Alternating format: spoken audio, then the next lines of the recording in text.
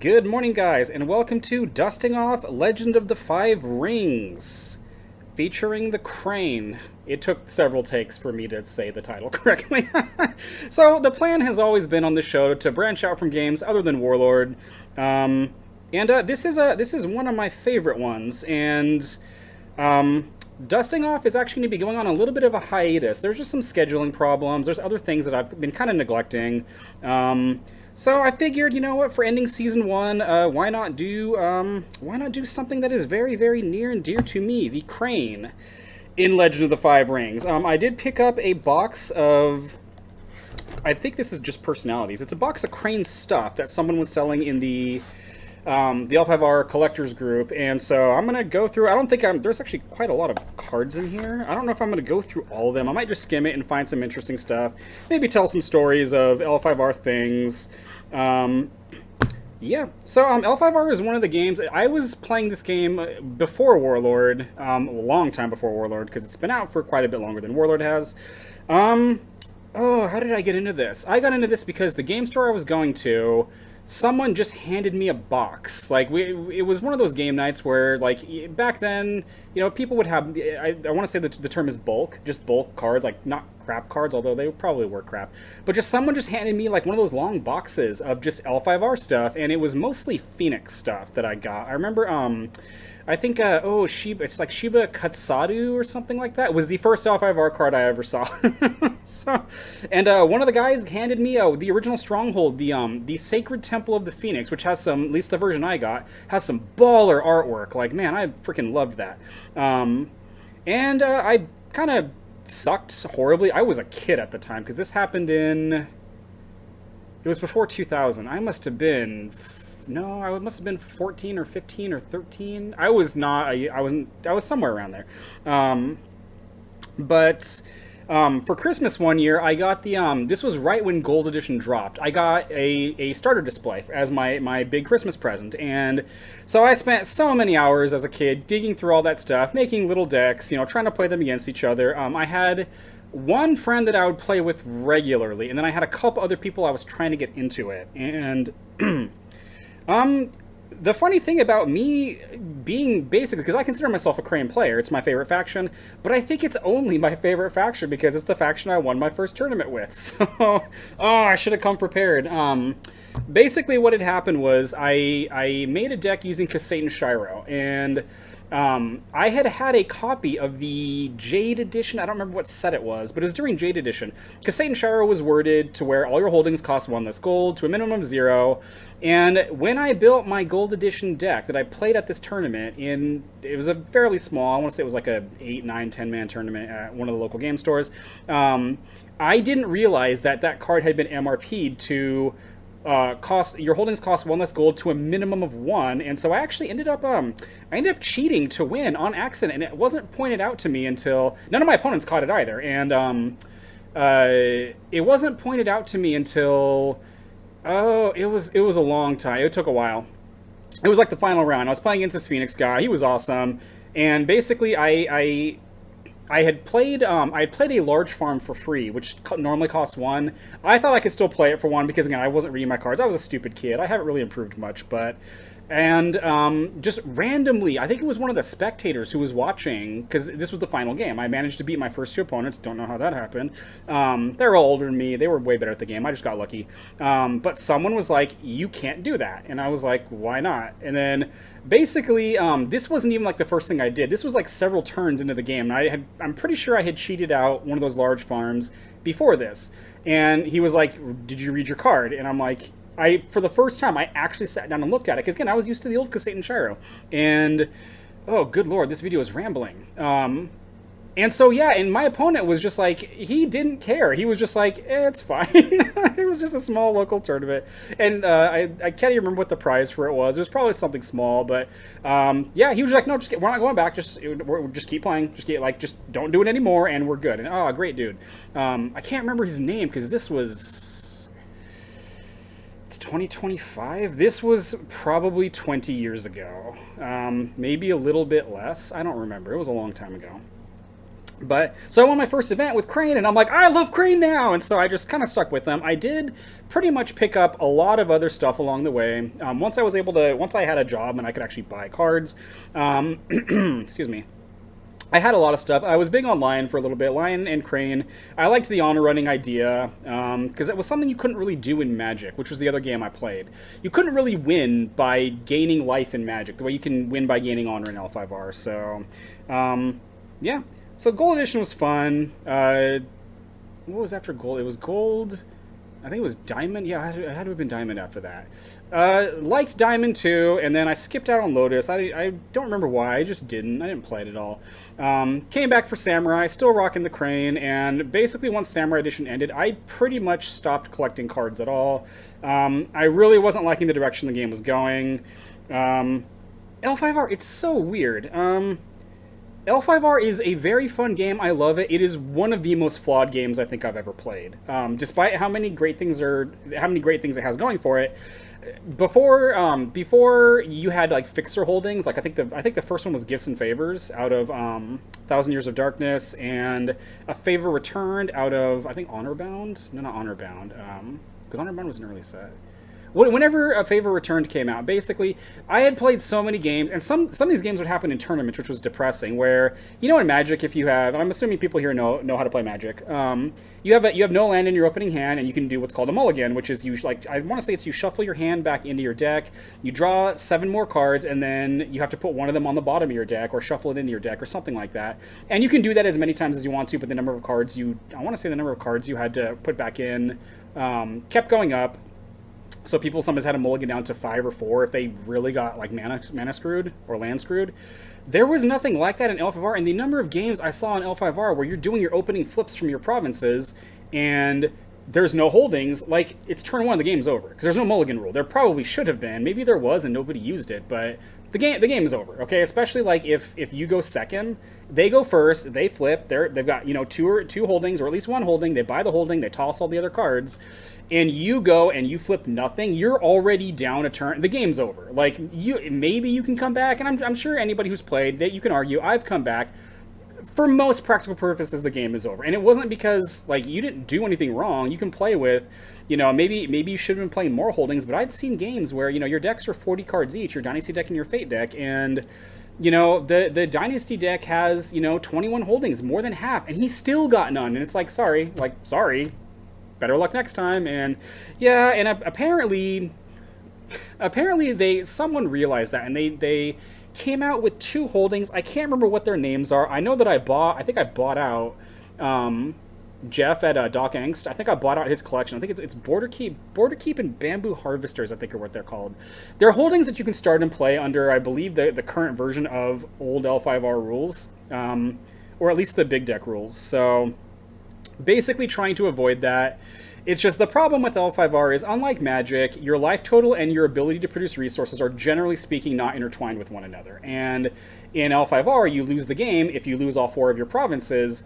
But your provinces are also how you get people, how you get holdings. It's how you get stuff into play. And once you start losing them, the game can snowball so fast. Like, it can snowball. And everybody who's played Magic, you've had those games where you're playing some kind of control deck. You're playing Blue Disc or something like that. And, your opponent gets you down to 1 life, but you're still very firmly in control of the game. It's like, he's not going to get you. Like, you have plenty of control cards. You have stuff that stops him from damaging you. In L5R, you don't even necessarily need to kill your opponent. Basically, you can say you take a couple early provinces. You can just stop attacking him. You can just be like, I'm now producing twice as many stuff as you are because I have 4 provinces to your 2.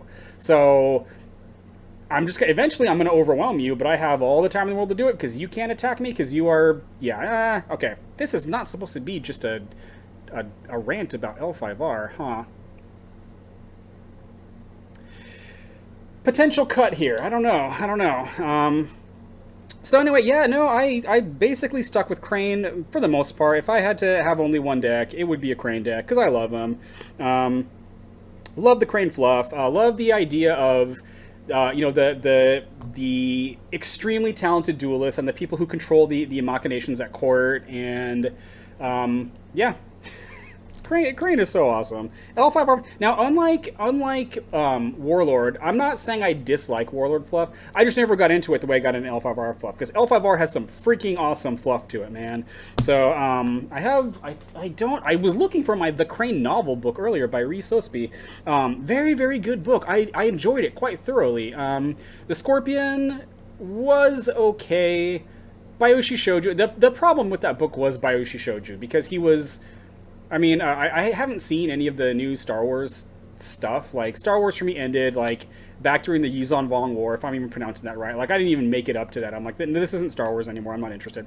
I hear people call Rey, I believe the term is Mary Sue, and good lord, Bayoshi Shoujo, the Scorpion champion. Okay, so get this. He's the Scorpion, right? He is a better duelist than the Crane. He is a better tactician than the Lion. He is physically strong. Actually, I don't know if they actually flat out say this, but he's probably physically stronger than the Crab. He knows more about magic than the Phoenix. He's just better than everyone at everything, and it makes him such a dull character, which sucks because he does have some great scenes, and the book itself is fairly enjoyable.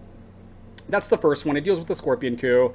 And it's like, yeah, Shoujo, just, yeah. I don't know. Scorpions suck anyway, man. One of my buddies, one of the people that I played with a lot, he is a Scorpion player, man. Some of the games we've had. Yeah, so, okay, well, we are going to dig into this. Yeah, there are a lot of cards here. So, I don't know what's in this. I know some of what's in here, but really there was only one card that I really recognized. Actually, I think there were two that I recognized from the image you posted. I just felt like going through some L5R, and again, it's always been something that I knew was going to happen. We were going to cover some other games. So, oh, good God, yeah, this is a lot of stuff. So, Daidoji Tametaka. Crane Clan Commander, Iron Crane. Iron fucking Crane. Yeah, Iron Crane. So, the Crane, historically speaking, they were mostly known for being, again, duelists and courtiers. I'm not even sure that's how you pronounce that word. I don't really care. So I'm going to keep calling it that. And so, you would have instances where, like, the Crane's one of the main ways they didn't loot, like, they didn't get wiped out was, again, the Crane had a very, very strong connection to the imperial family, the Hantai dynasty, because historically speaking, I believe this goes all the way back to the first Hantai emperor. Is they marry cranes, the emperors, and I don't know about empresses, but the term doji bride is basically it's the emperor marries a doji is one of the 4 or 5 crane families. And basically, it's tradition. I don't know if it always happened, but pretty much always, the emperor would marry a crane, and it strengthened the bond between the two of them. So when everybody went to war, because everybody hated the crane, like everybody, not everybody, they had a couple allies. I think the Phoenix. Don't think they really had any beef with you. It was mostly the Lion and the Crab, okay? So anytime the Lion and the Crab would get antsy, like, we're gonna go freaking take over some crane lands, the crane would go to court and they'd be like, Emperor, please tell the Lion to stop attacking. The Emperor's like, the crane are my cousins. You should probably stop attacking them. And yeah, that happens in the novel too. It's hilarious. Where was I going with this? No, but so during Jade Edition, which was one of the earliest editions, I want to say it was like the 2nd or 3rd edition of the game. Basically, so the Crane, they have huge amounts of money because they're just a very wealthy faction. They have all these political favors because that's what they do. You know, they do have duelists, which, I mean, that's kind of hard to implement that on a battlefield, which was one of the interesting mechanics in L5R, that some of the greatest duelists are actually not very good fighters. If they're not doing the whole Iaijutsu duel thing, where, you know, you're standing and you're waiting for the moment to strike. Yeah, that happens on the battlefield sometimes, like when two great people meet each other. But for the most part, yeah, the duelists, like, they get shot by arrows and killed. So yeah, they didn't do too well sometimes. But so during the Jade Edition story arc, basically, the new guy running the crane champion, their feudal lords are basically called champions, for the most part, except for the Phoenix. They basically, the new guy who took over, the previous daimyo, the previous champion, he got killed, and that was tragic. But the new guy, basically, because he was second in line for the throne, they didn't really or for the leadership of the crane. I don't believe they really prepared him for typical crane life. What they did with this bald-headed fucker was they sent him to go study with the Lion. The Lion are most of the time, I think, if you imagine a samurai, just your stereotypical samurai who believes in honor. He charges to the front, and you're the closest thing in Alphavar, I think, is usually a line. It's in Akodo, or yeah, it's usually in Akodo. But they sent this guy to go train with the Akodo, okay? And so when he got called back, and it's like, okay, well now I'm in charge. This guy is not a courtier. He is not concerned with stuff like that. He's not concerned with etiquette. This guy is a freaking war machine, and it's so funny because all of a sudden he's like, and again, I could be getting some details of this wrong. It's been 25 years maybe since all this stuff happened. No, maybe not that long. It's been a long time since all this happened. He's like, we're gonna stop saving money. We're gonna stop doing the whole court thing. We're gonna hire all the freaking mercenaries. We're gonna bulk up our army. We're gonna tell all these people who hate us to fuck off because you want to come fight us? We outnumber you guys like 5-1 now. Like, let's do that. Hey, Crab, you want to come invade me? I'm ready. Let's go. I'll invade you. And yeah, it was good stuff. And I believe they took up the Mantle Iron Crane. Now, I do believe that does extend further back, but it was so cool when that happened. When they got this, one of the strongholds they got, the Iron Fortress of the Daidoji, which is one of the other families. They're the ones who are kind of overseeing the defense of the country. I believe they're also usually bodyguards to important people. Yeah, they got this stronghold that was just like, yeah, these Daidoji bodyguards are easier to recruit, and your stronghold lets you do duels, and if you're not, what did it say? Again, I should have come prepared to this. It's like if you're not a samurai or a shugenja, then you're more expensive. Like you're not economical anymore. Very, very fun. So I don't know who this guy is. This is a very actually, what set is this? This is way after my time. 2013. I hadn't touched L5R in a long time. But this guy, I've seen... Oh, okay. Okay, this guy is awesome. This next guy is even awesomer. So, Daidoji Kakaise, this guy... Daimyo Scout. Oh, I did so well with this dude during Samurai Edition. Samurai Edition, there were two decks for Crane in Samurai. There was the typical honor deck, but just like I was talking about splitting away from the courtier and the politics thing, there was the Crane Scouts deck that was run out of oh god, what was the name of the stronghold? And this guy was so awesome. Daidoji Kakaise. If you're the defender, straighten one or more of your target personalities, move them to the current battlefield. You can take an additional battle action. This guy freaking said, screw you, cavalry, because I can just show up. I ready dudes. I believe that can be himself. It's been forever. Oh, and 5 force, 5 chi. Yeah, one of the few 5 freaking force cranes there. Harrier. The Harriers were also awesome, okay? They were very dishonorable, but they were a necessary evil.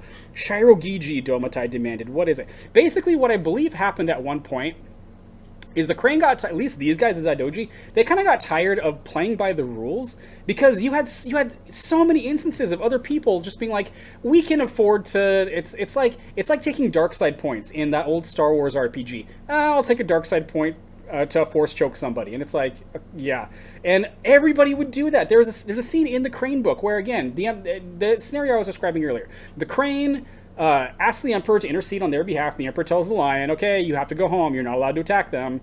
You have to order your men. I believe he's like, you have to order your men to leave. And so during the Lion invasion of the Crane provinces, this is during the Clan War era, so one of the original eras, actually the original card game era.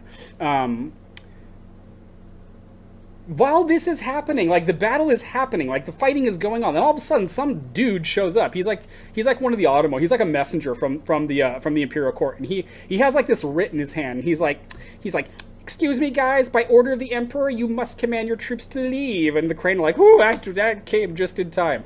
And the Lion, you know what the Lion did? And this is Scorpion behavior here. The Lion goes, he is freaking pissed. The Lion Commander, he's like, fuck, I fucking hate these Crane people. And so he goes, okay, I am ordering my, again, I can't look it up because I don't know where my book is, but he basically says, okay, I am ordering everyone, the current orders are null and void, and we are ordered to go home.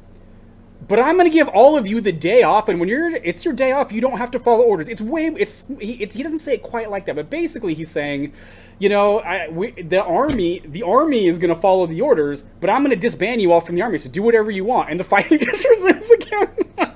It was so awesome.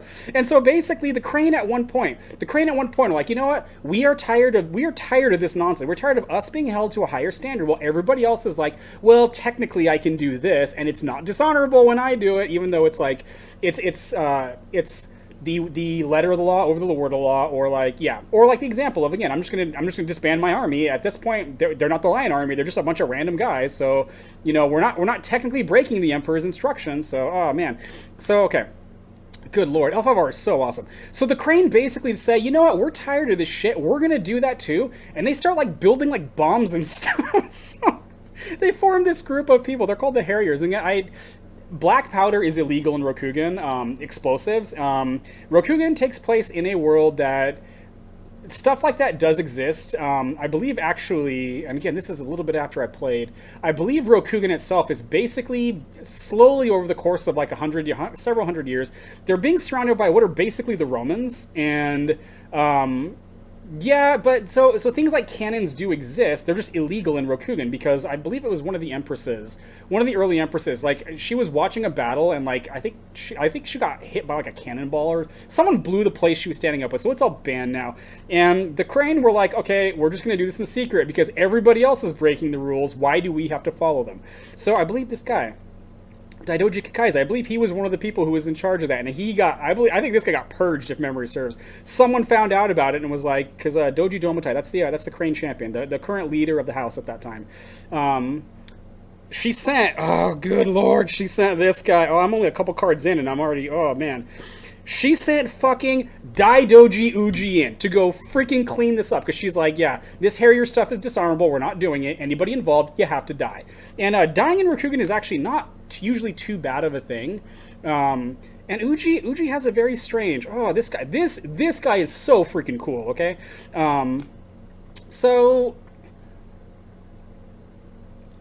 Oh, where do I even begin with this guy? So, because this is not the Uji we know. Okay, so again, I don't even know. This video is gonna be like 3 hours long. So again, the Crab and the Crane have historically been enemies. Okay, like the Crab just don't like the Crane because they view them as weak, and the Crab hate weakness. So.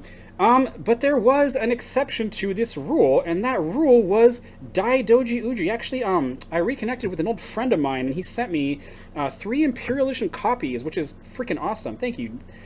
Because the one copies I have are nowhere near this good condition. So, all the way back at the beginning of the game, Daidoji Uji. This guy is like the how do you even describe this guy? This guy is like Rambo, okay? Like he's the guy who, when all the Crane's enemies are trying to kill them, this guy is the guy who's in charge of defending it. Like he's like the guy he's the defending general basically. So where do I even dive? There's 2 story things to talk about here. So basically Daidoji Uji, he's present for a lot of the major Crane stuff, and he's a soldier, he's a general, and he had some funny moments across. I don't think this was in any of the books. Maybe this was in one of the source books. I don't remember. Some of the early L5R fluff is not exact. I wouldn't necessarily call it dating, like aging well. So there's an incident where Daidoji Uji, again, he's in charge. He has to figure out, okay, the Crab hate us, they're going to come attack us. The Lion hate us, they're going to do a 2-pronged attack. And he would go before the other feudal lords, and he'd be like, I need 10,000 koku to defend the Crane lands. And they were like, 10,000 koku. For reference, I believe koku is all the rice needed to feed someone for a year, I think is what it is the value, like the monetary exchange. I could be getting that slightly wrong. But he's like, yeah, I need 10,000 koku to make this defense work. And the lords are like, seriously, what do you need? He's like, I need 10,000 koku to make this work. And they went, yeah, you're not getting that. You're going to get like 5. And that's if you're generous. And you need to lower your tone, sir. Because again, Rokugan is a very polite society for the most part.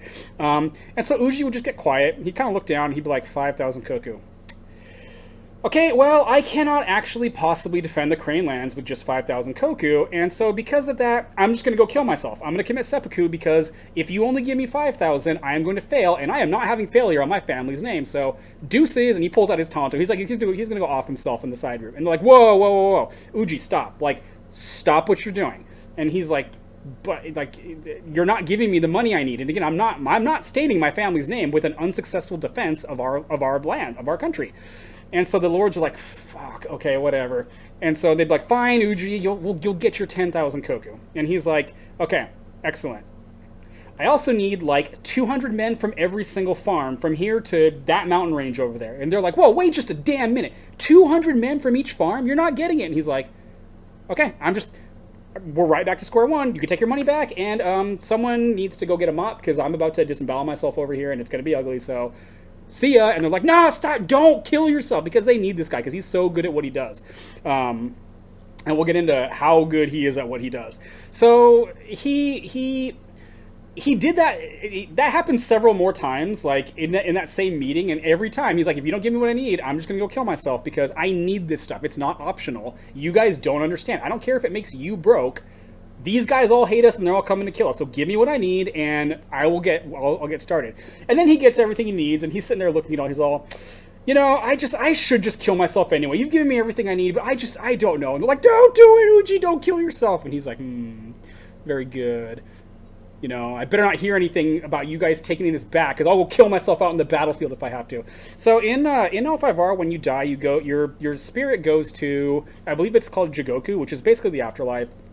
And if I'm understanding correctly, they know that this exists. This is like a tangible place that people have interacted with in the real world. So yeah, death isn't really too big of a deal in L5R, and a lot of the instances like that would happen. People would samurai would find the actions of their lord distasteful, and to protest, they would just kill themselves. They'd commit seppuku. Oh man, I hope this video doesn't get flagged for how many times I've said that. But so Uji, basically, where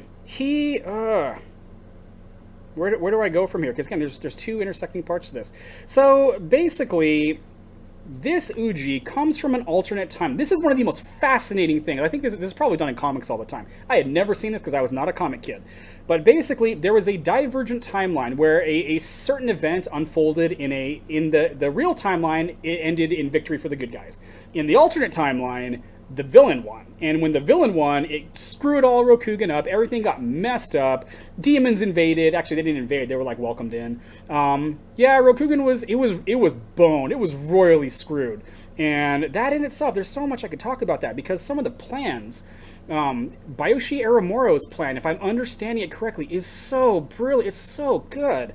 God, I love L5R stuff, man. It's so awesome. But so basically, this version of Uji, he is from that alternate timeline. He's not from this timeline. In this timeline, he's been dead for a very, very long time. Or at least a long time. But this guy, I don't remember how exactly this happens, but he comes from the alternate timeline where the demons are walking the earth. There's only a couple good guys left, and they're all getting wiped out, and evil reigns, and it's good stuff. So the Crane Champion sends this guy to clean up the mess of the Harriers, and he's like, I don't know any of you, and yeah, your worst day is better than any day I've had in the past 5 years. My life has been a living hell. And so, yeah, cleaning up after you guys, you can't stop me. You can't kill me because I'm better than you. And good stuff. Oh, man, Uji's so awesome.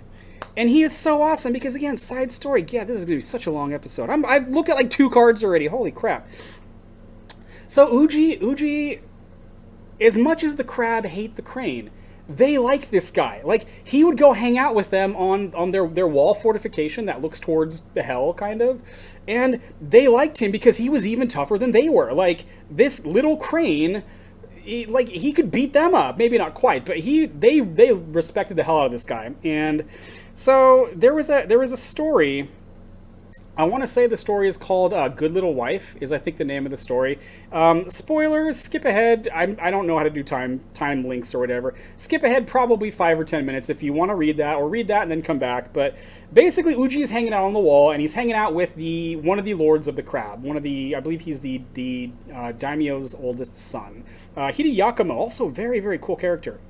And Yakumo has a little sister named Hida Oushi, who is very much a tomboy, and yeah, and so Yakumo says, Oshi, I'm in charge of the house right now, and I'm going to marry you off for an alliance somewhere, because we need more money, we need more troops, and so if I marry you off, it gives us more resources. And she's like, bullshit, you say? I'm not getting married, you can't make me. And he's like, actually, I can, and he can, because he's the feudal lord. And they have a big row about it, and she storms off, and everyone's upset, and Uji's watching all this, and again, I'm going to try to get this right. I haven't read this story in forever. Basically, Yakumo is so pissed at how his little sister is behaving that he's just like Uji, take care of the details. We're gonna set up a tournament, and anyone can come to this tournament, and we're gonna have like a freaking mud fight with like war clubs, and whoever wins gets to marry my daughter. And like, really think about that. Like, this is the lord of one house delegating something like this, something this important, to a foreigner, to someone from another house, because this guy was such a badass that they all loved him. They're like, yeah, this guy's awesome. So Uji's like, I'll take care of this.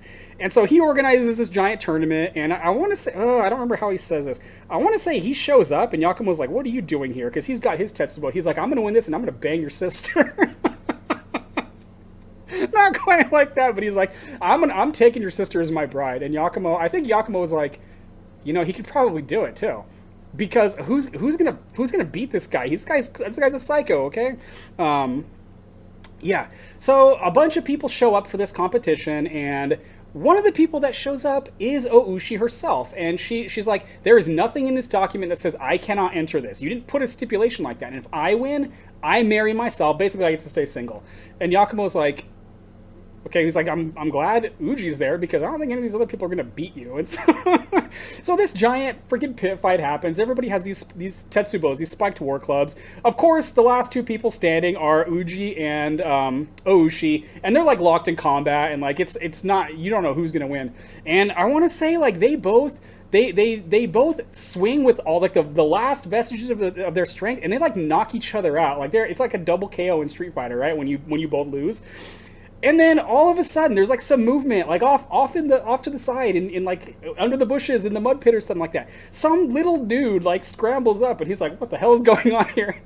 And so he's like, "Quick, marry her! Get them married before she wakes up!" And so they hold a marriage ceremony. She's not conscious during it, and yeah, and you find out the guy. He's a Shinjo. He's a unicorn. He's the son of the unicorn leader of Shinjo Yokatsu. And yeah, they're like, I don't pronounce you, husband and wife or whatever. And he's like, okay, so what just happened? He's like, I don't know what's going on. Apparently he was like just there to deliver a message or something like that. And so he like stumbled into that and somehow didn't die. Like, I don't remember the exact specifics to it, but Oushi wakes up and she's like, oh god, that was wild. And she's like, okay, so what happened? And they're like, we married you. And she like looks down at him, because crabs are physically large. They're giant. They're bigger than Vikings. Like, they're just giant freaking brute people. They're like ogres, okay? Maybe not quite that big, but although actually, a D&D ogre, I could see some of these crabs being the size of a D&D ogre. So she looks down at him, she looks at her brother, and she says, like, this is some nonsense, but you know what? He'll make a good little wife.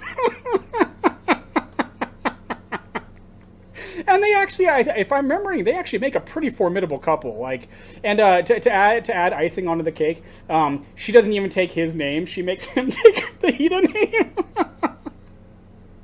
It was so awesome. It's such a good story. Oh, excuse me. It's so funny. And the amazing thing about this is, marriages like that in Rokugan, again, a lot of times they're political. They're not like, you don't generally marry people you love, I don't think. It's always for alliances and stuff. Okay, it's part of your duty. And Uji never married after that. And I thought that was interesting. Like, I'm pretty sure he doesn't marry, and he passes rulership of his faction off to someone who I don't believe is even related to him, at least not directly related to him. Daidoji Rakai. And yeah, and so it was one of those things where, like, again, stupid musings. Like, did he actually, like, you could say, yeah, that would be a joke to play. Yeah, hey, bro, I'm gonna fuck your sister, okay? Like, or did he actually have feelings for her? Because again, most people did not go through Rokugan single for their, and I believe he dies of old age too. So, oh man, super huge tangent here. Oh, so awesome. So yeah, that was one of the cards in here. Daidoji Uji. I don't know how much of this I'm not going to have. I think I have several copies of him. No, I have several copies of this guy. I don't think I have any of this, because again, that's a little on the old side, but oh, Crane's awesome. Yeah, I might need to split this up. Good lord, the season 1 finale of Dusting Off might be a multi-parter, so Ash Sahina Yoshino. This is I believe the only card that I immediately recognized on the sales posting, because you can't really see it, unfortunately. Oh, this is tragic. This artwork by Jason Engel, the border cuts off some of the shining spear. I'm almost certain I can find this image. This is such a cool picture in my opinion. Like, that looks so awesome right there, and it's tragic that that got cut off there. Crane Clan Air Shugenja Enlighten. Yes, this would be Test of Enlightenment. After your action phase ends, straighten 2 target non-holding cards.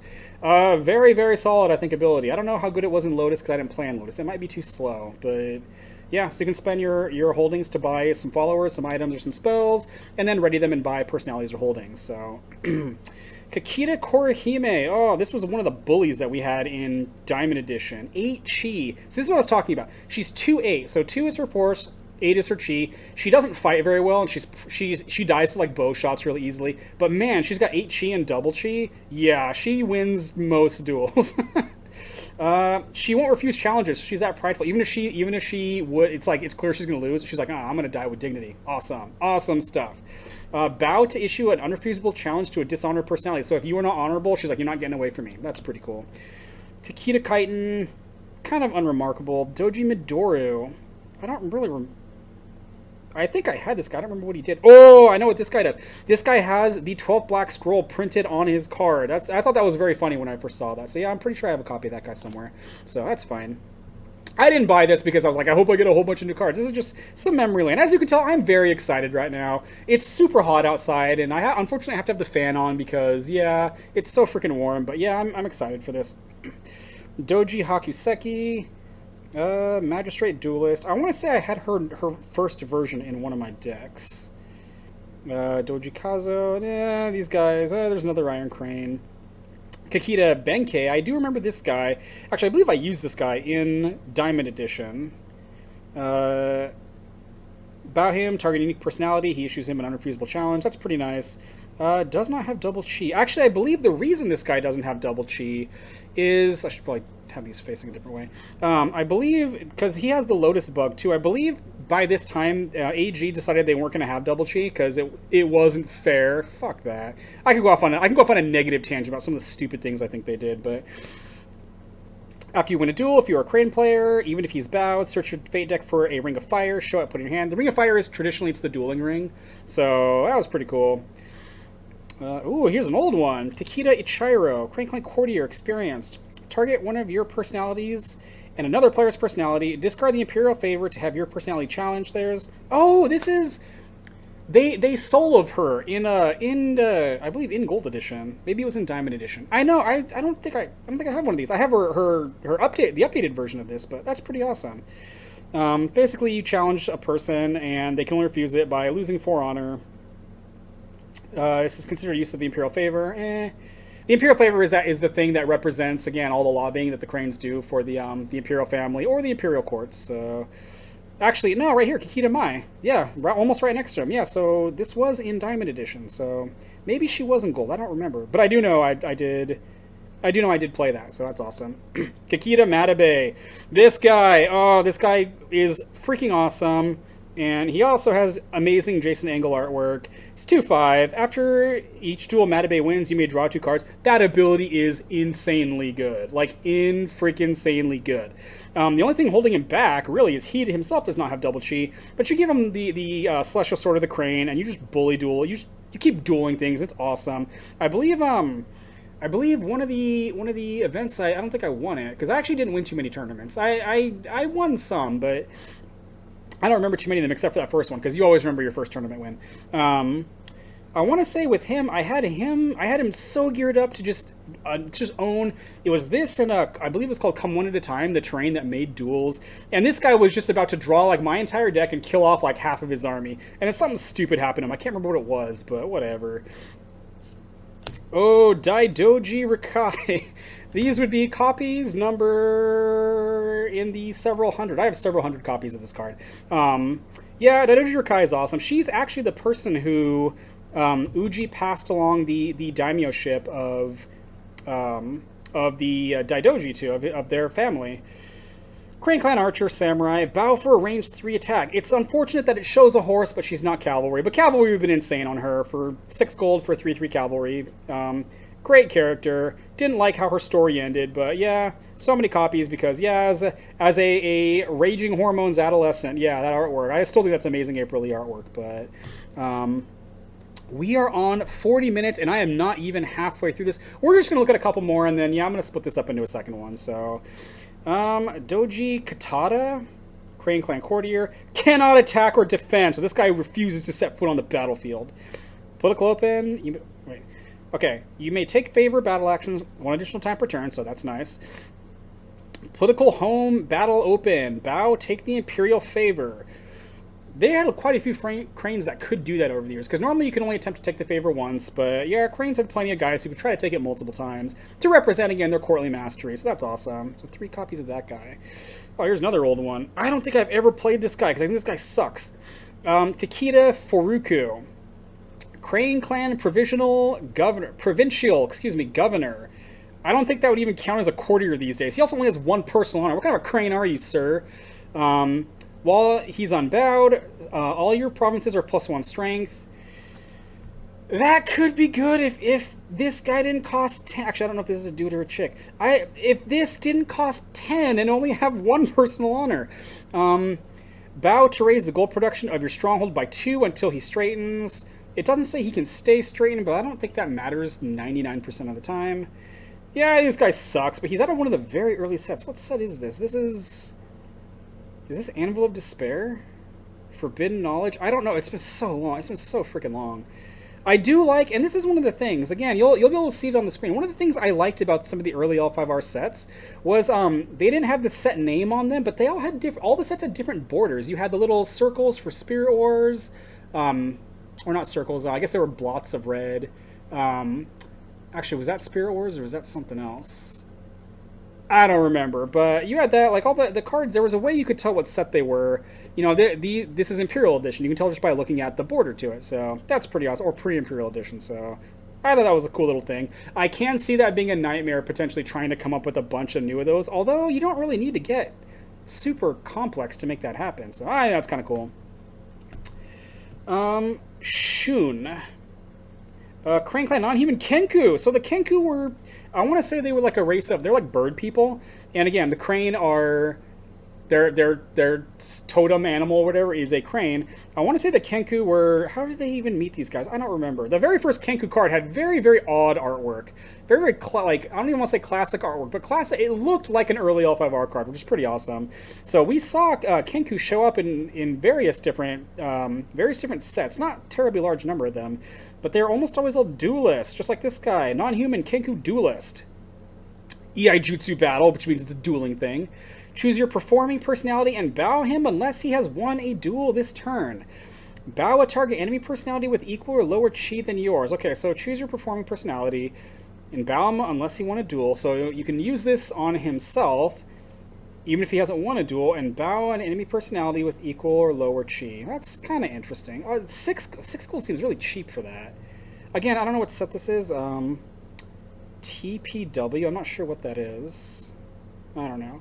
I think that's kind of cool. I did like randomly seeing those guys show up. I believe it was, I want to say his name was Kozue. I'm not sure, but basically during the Gold Edition, I think it was the Gold Edition arc. What was her name?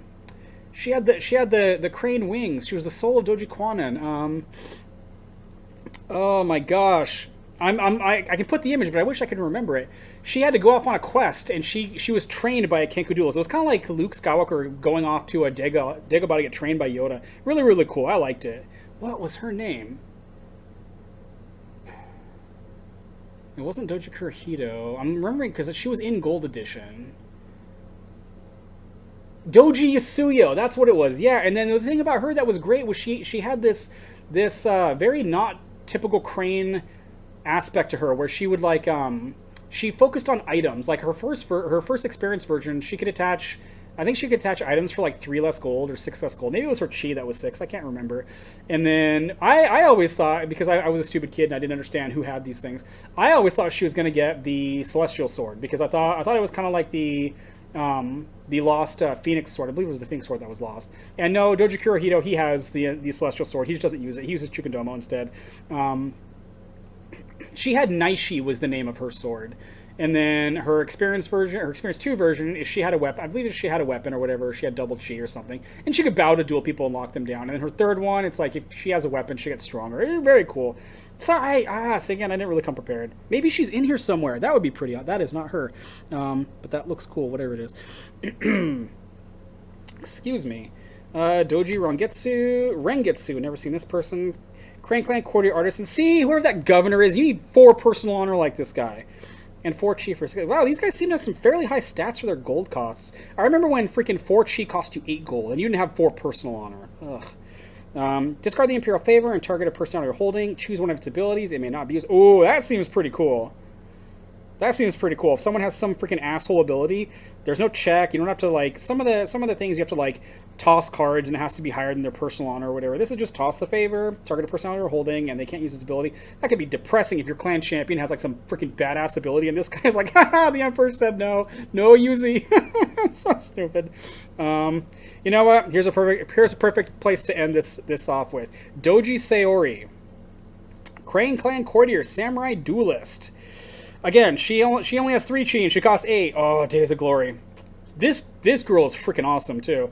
Bao Sayori. Target a duelist you control and a personality another player controls. The duelist issues the other target an unrefusable challenge. The loser bows and may not straighten until his controller takes an open action to pay 4 gold. So, there is a card. I highly doubt. I think these are all Dynasty cards. There is a card called Gozoku Sensei, which had a very similar effect. And there was a deck that was around... during Diamond Edition, that it was so random because on one hand it did focus on dueling because you have to win the duel for this to work, but it was almost like the Crane where like they were leveraging like their marketability because that's one of their themes is the Crane are wealthy and they have a lot of strongholds like the Kosein Shiro that are like, watch me show you how much money I can get. And so it was almost like they were like calling in like your debts, like you're overdue on your mortgage payment or whatever, so you can't straighten until you pay me off or something like, oh man. And so this can target herself. And I remember the thing about this that was nonsensical in a good way, because I was a Crane player, so I loved this, was the ability was an open action. I mean, I can do it on your turn. And I believe at the time, I can do this during battle too. Later on, they made it so that you couldn't take open actions during battle. But, oh man. So what would happen is you would have her, and she would on your turn or on their turn, you would use this to lock somebody down. And like it bows them, they can't straighten until they pay 4 gold. Which is freaking annoying. 4 gold is a lot of gold. That's usually bowing your stronghold or 2 holdings. So what would happen is you would have somebody locked down, and they didn't straighten when their turn started, and then on their turn, she would lock another person down. And oh man, it was so aggravating for my opponents. And I didn't feel bad for any of them because they all hated me because I played Crane. So, and then she got MRP to where they don't have to, I don't know what it is. I want to say they don't have to pay the gold. I think it just bows them. It doesn't even lock them down. I think it just bows them now. So, which of course you got to nerf the Crane stuff, which is probably fair because this was bullshit. Okay, it was like the best kind of bullshit. Oh dear, 47 minutes I've been recording. So, we are gonna. God, I barely scratched the surface of this. Man, the season finale is gonna be like multi-part. You know what? They've done that in Star Trek. So, don't know if I'm going to keep this part in, or if I'm just going to splice it. But if so, I don't even know what I just said. Thanks for checking this out. God bless you, and I will catch you in part 2.